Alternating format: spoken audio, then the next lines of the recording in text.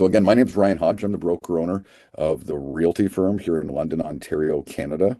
We are a multi-office real estate brokerage that operates in primarily southwestern Ontario, but we have the capacity to operate all over the province of Ontario right now as well. We have over 100 licensed real estate agents. We've been operating since 2013, and in 2025 we were noted, according to our RE Datum statistics, as the #1 independent brand for brand performance across southwestern Ontario, from Kitchener basically to Windsor. So we're really proud of that and proud to have a very, very productive office. I've been doing this since 2008, which is beginning to age me a little bit. Born and raised here in London, Ontario. I went to high school here, university here.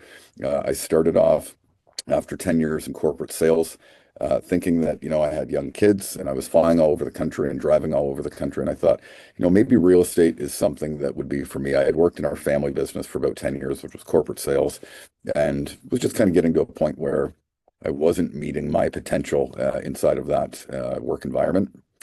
Certainly some family challenges, through working together. And so I thought that, it was time for a change. So I got licensed in 2008. And I was licensed actually on Valentine's Day, which is near and dear to me because it was just a few weeks after my second son was born. I had no idea what to expect.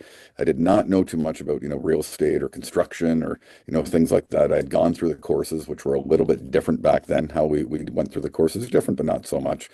And ultimately, I got off to a very unique start in the business. So I was involved in over 200 real estate transactions in my first 2.5 years. That led me to generate the largest real estate team in the city of London at one point.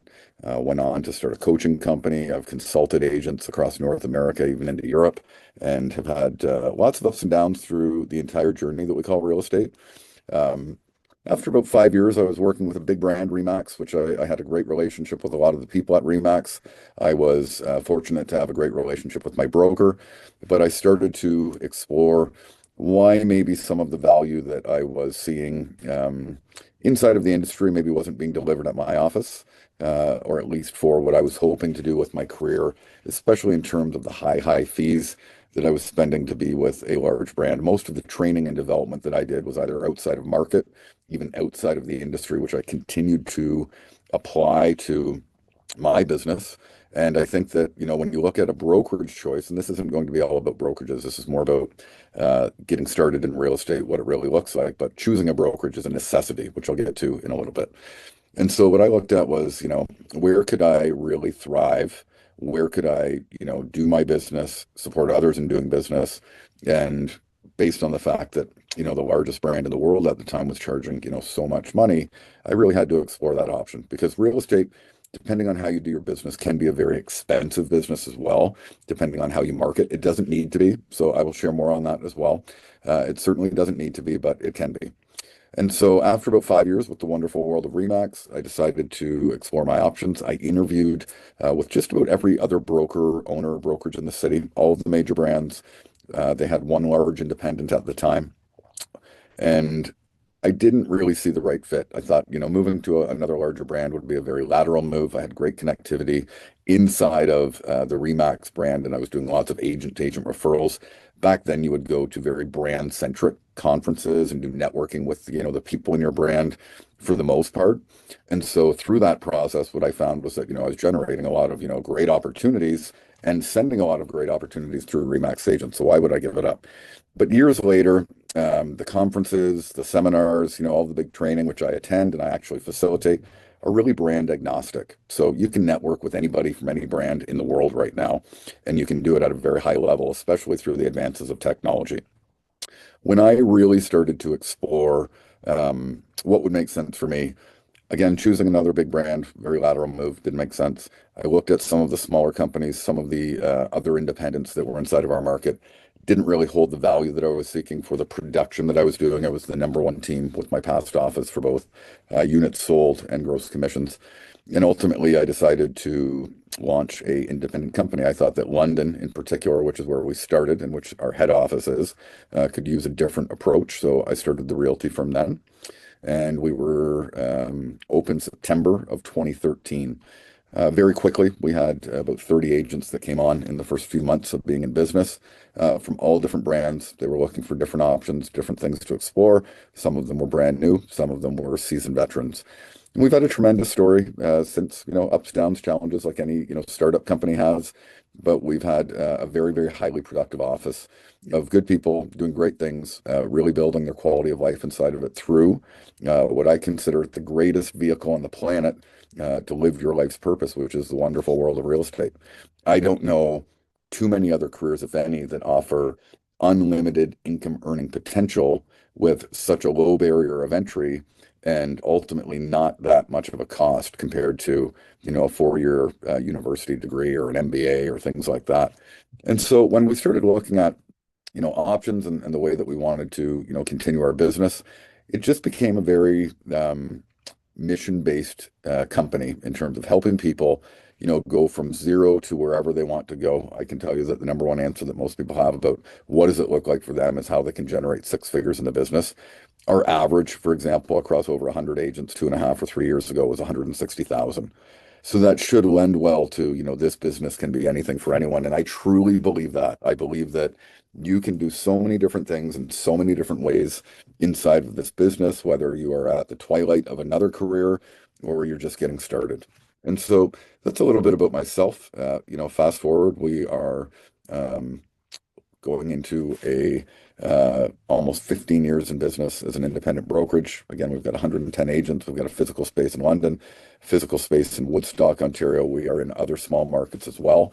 And now with our cloud-based revenue share model, we can practice across the province of Ontario as a brokerage. Our mission is to lead, serve, and inspire.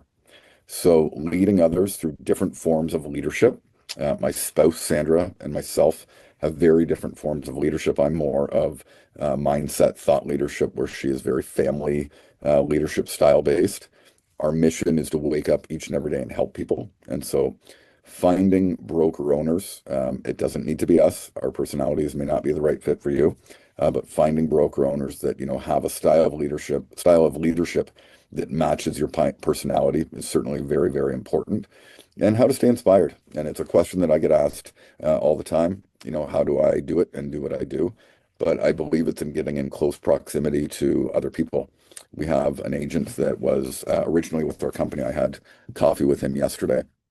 And he came into the company as the very first agent, him and his partner that joined our company back in 2013. He called me the first day that we opened, and I think he joined that night or the day after. He was 24 years old.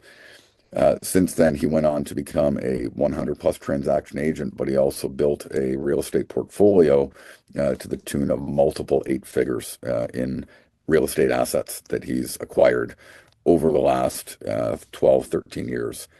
And real estate investing may be a real reason why somebody joins, the real estate industry as well. Maybe it's trading their own investments.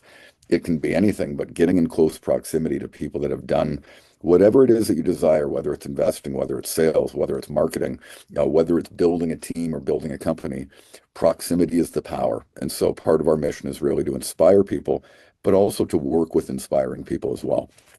Our philosophy is how do we help agents learn more, earn more, and keep more?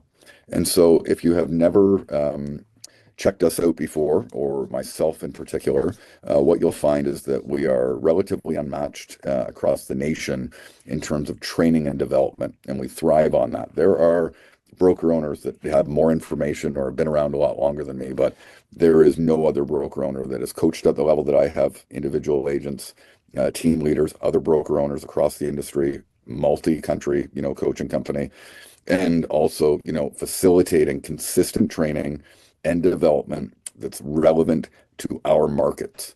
Okay, gone are the days where we can just put a course or a guide from 1995 out of Denver, Colorado, or Austin, Texas in front of an agent and expect for them to generate business through those means. The industry is constantly evolving and changing. And so in order to stay relevant, we have to be always evolving, adapting, and changing ourselves. And it's our belief that through the right training and development that we do that. If you ever see one of our masterminds and you're just looking at, what does it look like to go train at the Realty firm? We are a culture of contribution and abundance. We hold high level, industry recognized masterminds once a quarter, and you are welcome to attend one of those sessions. Again, we also look to have a mission of helping people earn more. The average realtor last year across North America sold 3 homes or close to that. 90 minutes down the road from London, Ontario is one of, if not the largest real estate boards in the entire nation, in the entire world. The Toronto Real Estate Board hovers between 70,000 and 90,000 agents at all times. Last year, over half of the agents on that board, my understanding is, did not sell a single house. So we don't feel that people are getting into real estate just to dabble in it, although we know that that's part of the industry. We're looking for people that want to thrive. And by no means does that need to be my story, selling hundreds of homes a year or things like that. But finding what matches up to your own income goals, to your own, life goals, and helping people earn an actual living doing this and keeping our fees, our plans, what we offer at a modest level versus the old school super high splits that people weren't really seeing the value for 10 years ago, certainly not today, to allow people to net more and keep more money in their pocket. So, if you have not checked out the real estate industry licensing path, more often than not, people go to the Humber College Real Estate Program. There are some other colleges that are offering the real estate courses now. On average, people will spend up to 2 years. That's, I believe, the guideline that they give as far as timeline to complete the courses so that they can become eligible to trade real estate in the province of Ontario. So our licensing allows us to do that in Ontario. We can refer people outside of province, outside of country, but we're eligible to trade in Ontario. Now, there are means to acquire a real estate license outside of the province, but our governing bodies and what we achieve through taking these courses are typically specific to the province of Ontario. So in order to get started, you would need to apply. I've left a little QR code here that you can certainly have a look. By all means, check that out and see what the courses look like. I believe on average, to go from start to finish, you can do this within 2 years. Many people do it within a year, sometimes even shorter, 6, 8 months. That gets really quick. Cost is typically in and around $4,000 to $4,500 the last time that I looked, but all of the pricing will be listed online. So the first thing that you need to do is, number one, apply to Humber Real Estate. Very seldom will they deny an application. But there are some things that I think that are important to discuss. Nobody has a perfect life, and sometimes people make mistakes. Our real estate governing bodies have gotten very strict with licensing over the last number of years. There's a lot of, poor media about real estate agents and some certain bad apples that, can often lend to a reputation for the industry. There's been some major closures of brokerages in the news over the last year. And just the ongoing challenges with, people that have a low barrier of entry to get into the business, but then, maybe they break the rules and things like that. Why I want to share this is that when you go to apply, you don't just need to go through the courses, but you need to also have a police check done. And so if your police check shows anything that you may have been charged with in the past, whatever that might be, the Real Estate Council as a governing body can determine whether you are a fit to trade in real estate. And they can determine if somebody is eligible or not, even though you've gone through the courses. More often than not, assuming that something is in, the very, very past, people can go through the process and have no issue. But I do know that there are instances where people are denied even after they spent the money to go through the Humber licensing process. I wish that there were some real qualifying factors prior to. Not that I go through this or see it very often. In fact, I think in the last 10 years, we've seen one person that was actually denied by Humber or Rico once they got to that phase. But just understanding that, that's why I'm here to educate, just in case, somebody's here that, maybe made a mistake 5 years, 10 years ago, things like that. So there's lots of questions that get asked along with the police check on the Real Estate Council of Ontario's application. So somebody goes through, they go through the Humber licensing courses. They get their pre-registration done. They can get involved with some of the things that we do, whether it's an apprenticeship program or things like that we offer from time to time as well. We will give information along the way for those that are interested. And ultimately, when they go to apply with the Real Estate Council of Ontario, that's where they're going to select a brokerage. And so whether it's a realty firm or a Remax or a Royal LePage, there's hundreds and hundreds of brokerages, even in our marketplaces. I think that there's thousands across the province of Ontario, and there's a good fit for everyone.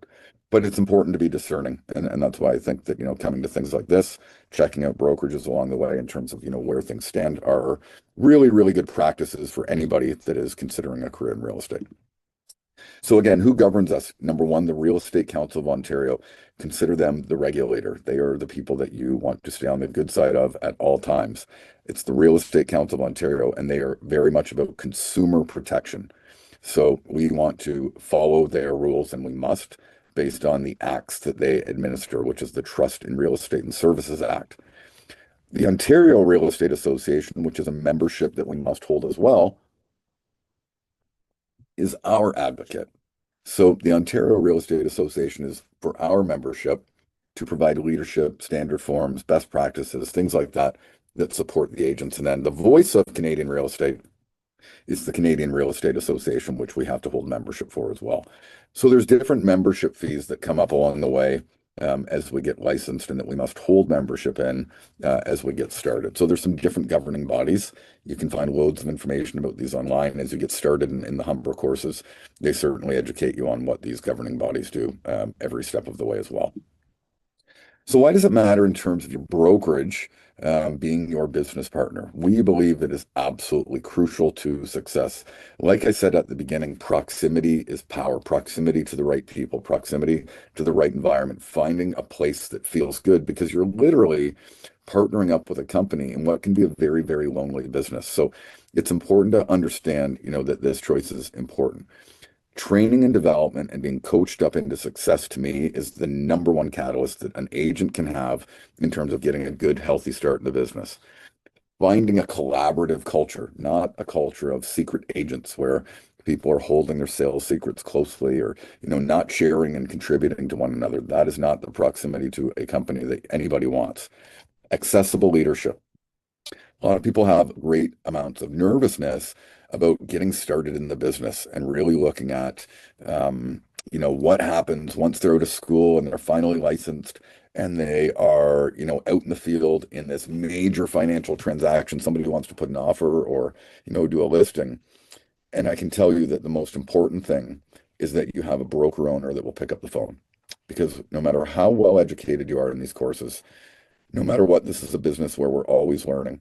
And the worst thing in the world, which I've experienced myself, is when it's 10 o'clock on a Friday night and you're in the excitement of the transaction. You're working for clients, maybe with a buyer, or, maybe you are, negotiating on your first listing and a situation comes up that you need an answer.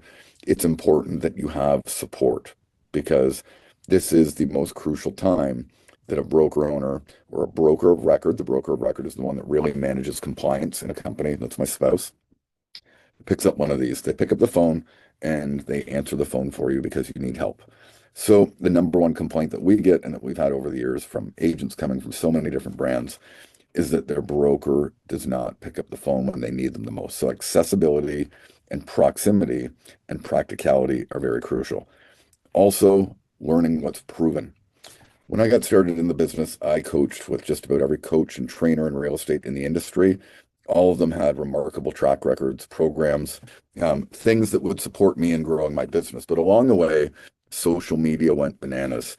And you have a lot of people in the industry, whether they are real estate agents, recruiters, broker owners, coaches, trainers, what I call gurus, that are ultimately using social media to become profiteers.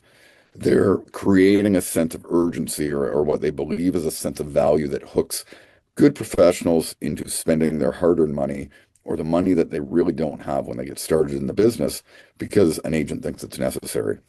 Yet there are so many people in the industry that are marketing online, on Facebook, on Instagram, on YouTube, sharing all these quick success stories about how somebody can get really, really busy and make all kinds of money in the business.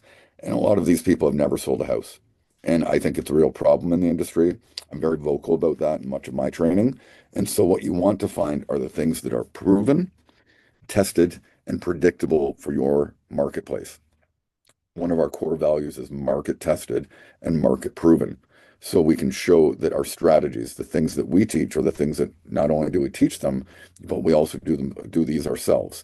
And we have result after result of these strategies that are not rocket science, but they're proven and predictable systems that will help an agent grow and scale their business. So be discerning with that. A lot of people have questions about teams. Should I join a team? I have run and operated some of the Largest teams in London, Ontario over time. I have certainly had agents that I've coached. One of them consistently has the top 5 to top 10 team on the real estate board in Toronto, so one of the largest teams in North America. We've had highly successful teams that thrive inside of our company and continue to. But the most important thing to know is that most teams fail. 90% of teams in the real estate space fail. And it's usually because the team leader and team members' vision really don't align. And so a lot of people don't get into the business thinking, I'm going to join a team. I believe that there's pros and cons, which I'll share. Usually, a team member joins a team because they feel that they want leads or they want opportunities. It's got to be a mutually beneficial relationship. And oftentimes, what the team member doesn't really recognize is the investment that that team leader is making in systems, marketing, branding, social media, staff, employees, virtual assistants, lead generation tactics, strategy tools, SEO, Google, Facebook, like the list goes on. And it can be an amazing opportunity if it works, but you have to understand that, it's usually a much higher commitment of time and not necessarily so much free time and a higher expectation from a team leader if you're just getting into the business. That being said, it's also going to be a much higher split on their leads. I mean, why wouldn't it be? The team leader is investing, tens of thousands of dollars usually per month for these systems, processes, strategies, all the stuff that I just mentioned. They're doing this to provide opportunities in exchange for some leverage from good, hungry agents that are going to do a good job, but usually they are going to split the commission. So a $10,000 commission might turn into five. Something is better than nothing. The learning that an agent can get from a good team and good team leader, and the experience, the hands-on practicality, the abundance of opportunities can be really, really beneficial for the short term, maybe even for the long term. I have somebody that doesn't operate necessarily on my team, but has been with me for 7 years that doesn't want to figure out all the stuff on his own. He's at that place in his life that he doesn't want to figure out all the technology and websites and social media and all the stuff that I've mentioned. And so a team can be a good place and space for somebody to land and get great experience and opportunity when they get started. But there's also other options. So at our company, we have what's called company leads. And company leads, sometimes thrown around loosely by people that do not really understand lead generation or what leads actually mean. Company leads are usually going to come from digital marketing. I am also very, very highly skilled and knowledgeable in terms of online lead generation, websites, Google, Facebook, AI now, running different campaigns to have people register on these sites, contact us through our sites, and exchange information in terms of what we provide so that we can follow up through our CRM. So that's our contact relationship manager to connect with people and hopefully cultivate relationships to help them buy and sell real estate. And so with our platform, an agent doesn't necessarily need to join a team. And if they're, siblings or if their mom or dad sell a house, that team leader gets 50% of their commission. What they have is a normal brokerage split, which is very modest, which allows them to generate opportunities at a higher level in their own sphere while they're building that, but also, create more opportunities through company leads and learn, the really great practices that are proven predictable, tested over, nearly 20 years now. I was 18 years on Valentine's Day in real estate. That you can, actually create a lot more opportunities and then over time nurture them into your own sphere of influence as well so that it's a win-win-win. So teams are one thing. Ultimately, you want to look at what's the best fit for you. Everybody's got a different story inside of real estate. I have documented one of the fastest trajectories worldwide ever in the history of organized real estate. And I have a friend and colleague who got licensed a year before me in the same city who was almost going broke. I don't think he sold a home in his first year, that went on to sell way more real estate than I ever did, become this, huge $1 million agent, primarily with luxury homes and doing really, really different things with his marketing. It can be anything for anyone. So I share that transparently. Systems and strategies, learning about these things is the number one catalyst to get going and not reinventing the wheel. Find people that know what they're doing, leverage what works, make it a little bit simpler. There are no secrets in this business. You can literally go on to some pretty decent websites or social media pages and learn how to do this business for free, 24 hours a day, 7 days a week. But having somebody that's done it, that can teach you, that can share, bounce ideas off one another, fellow colleagues that, do the same, that's going to make a very, very big difference as well. So again, going it entirely alone, isolation kills momentum. Get in a strong culture, whatever that culture might be for you. And there's very, very different types of culture inside of the business. Again, I believe that we are a culture of productivity that is very, very family oriented. And we never used to be. My spouse brought the whole family dynamic in. I was always productivity, drive, make more money, sell more real estate. And over the years, I learned that that wasn't what everybody was looking for. Bringing in a healthy family culture was really, really critical to our business. You can't be a secret agent either. So if you're getting into this business, you have to understand this is a contact sport. Okay. Nobody wakes up, no matter who they are in your world, and says, I wonder how their real estate career is doing today. We've got to be cultivating opportunities. We have to be nurturing people, sharing, what we do for a living. And as we gain confidence and competence, it just gets better and better and better. And that's how we really build our book of business. Don't chase all the shiny objects. Okay. There's so much out there. Like I mentioned, a lot of it comes from people that have never done this. And so really being discerning, finding mentors, colleagues, a broker owner, people that can support and lead you and learning like what works, what doesn't, what to invest in, what not to in terms of marketing or things like that. And the number one thing to understand is you've got to learn about consistency. This business is a 100% commission-based industry, and the fruits of our labor can be incredible. But if we're not consistent at some level, there are some massive peaks and valleys that, pretty much follow along with 95% of most real estate agents on the planet. We all have them in this business. You're never going to have a completely predictable income stream. But what I share is that if you learn about system strategies, what works, and then just take a little bit each day, an hour or 2 hours of consistent action each day, even 4 or 5 days a week, you will write your ticket in terms of what it is that you want to create. And so consistency is king, and it's the number one struggle that most people have pretty much in anything in life. So again, I've talked about teams, and teams can be applied and thrown around in a number of ways, whether it's a team ridge, which is like a team brokerage, or even, part of the brokerage's team. Mentorship is critical. Learning the ropes from experienced producers, not by trial and error. Getting in that culture of abundance. So not just necessarily with, an owner or leader like me, but getting in the right rooms with agents that have done this at a high level and that are willing to share. Getting into a culture where people will sit down and have a coffee with you and tell you about their story. Real estate agents tend to have big egos and they like to talk a lot about themselves and share with people. So understand that there's lots of learning to be had. Looking at, our leads, something that I really want provided to me.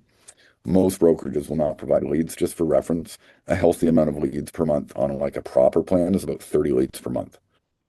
So understanding that if you are interviewing at brokerages and asking about leads, if somebody says 2 to 3 leads per month, well, when the average industry conversion rate on those leads is about 1 to 2%, you know that you're really not getting very much in exchange for what somebody is saying. Okay. Admin, having experienced administrative staff that is full-time, 9 to 5 with access, after hours to, the right communication lines to get in touch with your broker or your paperwork department or things like that. Getting trained up on the admin side with paperwork as well, because we learn all these things in the real estate courses, whether they are, the rules and regulations or how to fill out an offer or a listing agreement. Depending on when you do your first sale and even the one after that, whether it's a buyer or seller or all these different things, you tend to forget. I forget. I have to consistently be trained up on some of this stuff myself. So finding people that are willing to help is really crucial, whether it's an actual true sales team, just the team that you're involved with inside of a company. I think it makes a huge deal. Understanding a few key things when you get started: CRM, contact relationship manager, how to manage your database. The number one thing that an agent can do is build their list of people, the people that would buy, sell, or refer them a real estate transaction. Understanding some of this technology, which is really, really low cost these days. Some companies will give a CRM, which is very sticky to the brokerage. We do not do that, although we offer the most robust CRM on the planet, which is Follow Up Boss, coupled with our selling tools, lead generation strategy for those that do the company leads. You can get a low-cost CRM for $100 a year these days, but depending on what you want to do with it, you probably want to get something a little bit better that gets into automated marketing. Maybe it automates some of your social media or email campaigns, doing different things with your listing promotion, learning a little bit about technology, because right now we're not just real estate agents. We are not real estate agents helping people buy and sell, but we are also marketers, and we also are, business owners, and we also are, agents. And we also are, business owners, and we also are, marketers, and we also are, business owners, and we also are, agents helping people buy and sell, but we are not just real estate agents. We are that real estate agents helping people buy and sell. But we're also marketers, and we also are technologists. And through all of it, we need to be the constant creators of relevant content to market to our database. And the coolest thing in the world right now, and even over the last 10 years in real estate, is that the opportunity to market through social media is the best opportunity we've seen in the history of real estate. And it's almost next to nothing or free. Getting involved in technology like paperless transactions to make your life easier, even though understanding healthy communication as a professional is important. The way that we've gone in terms of texting and email, it's not like the good old days. And so communication is really crucial to pick up that phone with clients and fellow colleagues as well. And understanding that you can keep learning. We have several different courses at our company that are 24/7 access. I'll get to why in a second, but really having, scalable, deliverable 24/7 access to some different training and development is important. It allows you to plug in, especially if you're getting started and you have maybe young family, or perhaps you have a different career. Finding agent centric. Okay. Years ago, it was all about the broker. Years ago, I thought it was all about me. I learned a long time ago that the people in this company, the company itself, are a lot bigger than me. Wherever you land, find something that is all about the agent. Learn and understand, are there other wealth building strategies, such as people that do invest at a high level inside of the company, if you want to learn about that. We introduced a new model, which is revenue share. So for those that qualify, agents can add an additional income earning stream by attracting other strong agents or good agents that want to grow their business. And it can be extremely lucrative as you start to understand that model. So our, philosophy is to continually provide agents with more and more opportunities. So it's not just your traditional real estate model where the broker makes all the money and somebody just gets to hang their hat. And the opportunities are not all monetary. It's how do we create a culture, maintain a culture that is supportive and allows people to collaborate to create what it is that they desire in life. Okay. So that's really a little bit more. Some myths, easy money. My old broker used to say this is the greatest business in the world some days and the worst. And I truly believe that. We have to remain very, very fluid. And we have all different types of people when we work with members of the public. We have people that are qualified, anxious to buy, anxious to sell, very cooperative. They take advice. And we also have people that can be very, very challenging and difficult. And so that's why we learn how to study human behavior and learn about negotiation, not only with other agents, but really educating and informing our clients as consultants. And when we do a good job, we can make a great living, but there's lots of costs associated with real estate as well. And it's important to avoid the pitfalls of the next deal is going to cover this marketing, right? It's a pitfall that I fell into very early in my career where, there's so many different things that are made available to us. And if we buy everything from marketing, whether it's direct mail flyers or billboards or bus benches or the backs of buses or online marketing tools, you can go broke in a hurry too. It is possible to take a buyer out and show them one house and they buy that house and you earn a very healthy commission. For example, the average commission right now in London is in between $10,000 and $12,000. It can also be the case where you show somebody 50 to 100 homes over the course of a year. Not every client's going to be the one and done. Most clients are not going to be the 50 to 100 sale, homes shown as well. Some listings that you will take when you're selling somebody's house might take 24 hours to a week to sell. Some might take 6 months to a year. So we have to be able to adapt. We have to understand that every situation, every personality is different, but really understanding that the more opportunities you create, the more that you learn how to be consistent and apply some of the things that I talked about earlier, the more opportunity you're going to have for those really great clients that aren't so challenging. So focusing on continually building momentum in your business is important. A lot of people say, hey, I'm going to have total freedom. I'm going to share that that is a myth. Real estate, logically, people tend to look at real estate evenings and weekends, especially as you get started. And when you get started, usually there's about a 75% buyer portfolio versus listing portfolio. And those buyers are going to want to see homes. And when something comes up into their property search, they're going to call you and they're going to want to see that home and you've got to be on.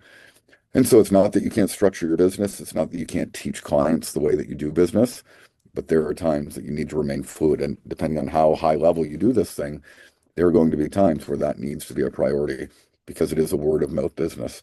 So having clients that, you push off for a few days and they lose out on a house, they end up telling their friends, and that's what we don't want. So the schedule can be flexible. It can be incredibly um, satisfying, opportunity based to do the things that you want to do with the people that you want to do them with, whether it's your kids and their sports or activities, whether it's a hobby, whether it's your personal fitness, and structuring your schedule around there. But it's not a concrete schedule. And there's times that we just need to be a little bit flexible to make sure that we service our clients.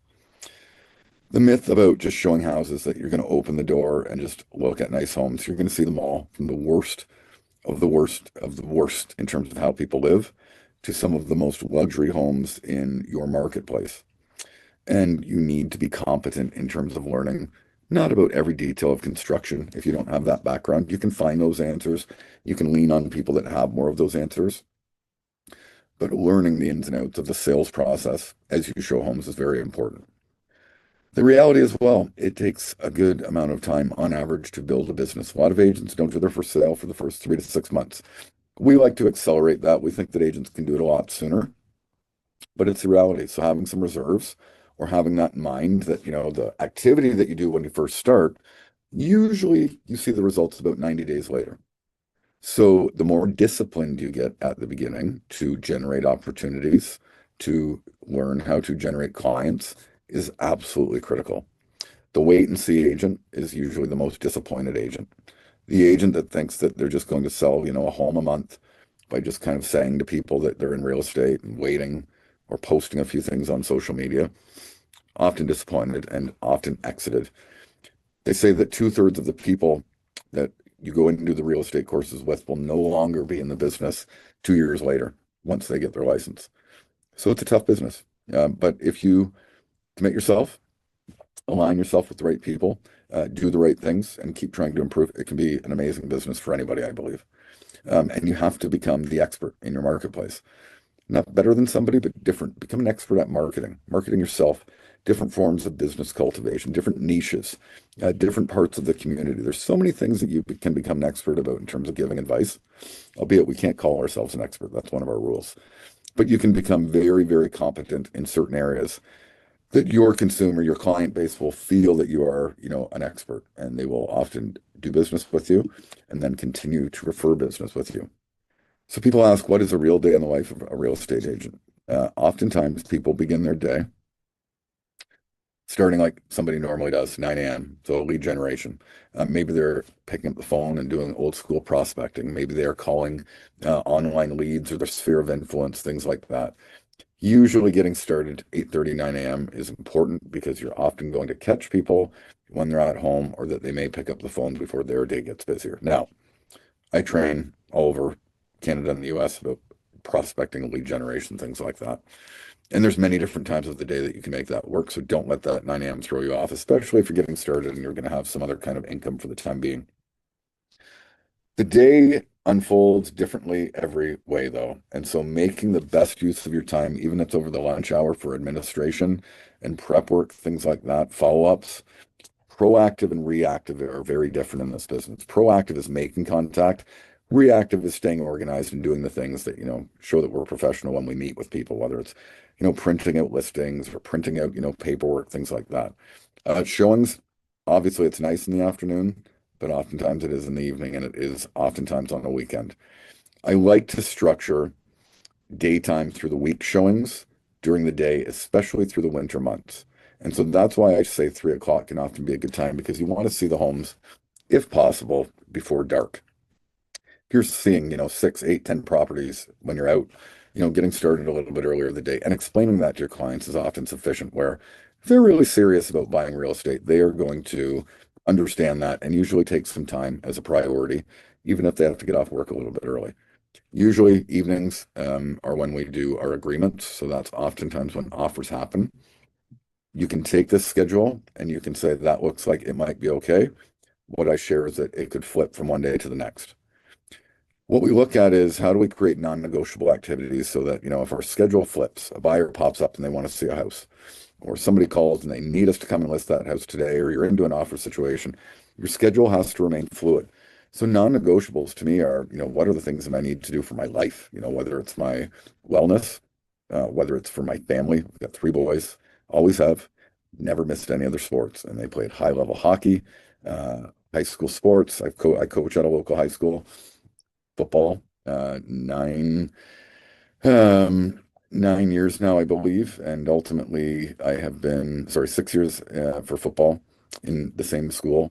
And every fall it is mid-August through till usually mid-November because we're a good team, every single day from 3 p.m. to 5 p.m. Along with kids' hockey schedules. My youngest son plays basketball for his high school, different things that they do while selling a high level of real estate. My priorities go into my calendar first.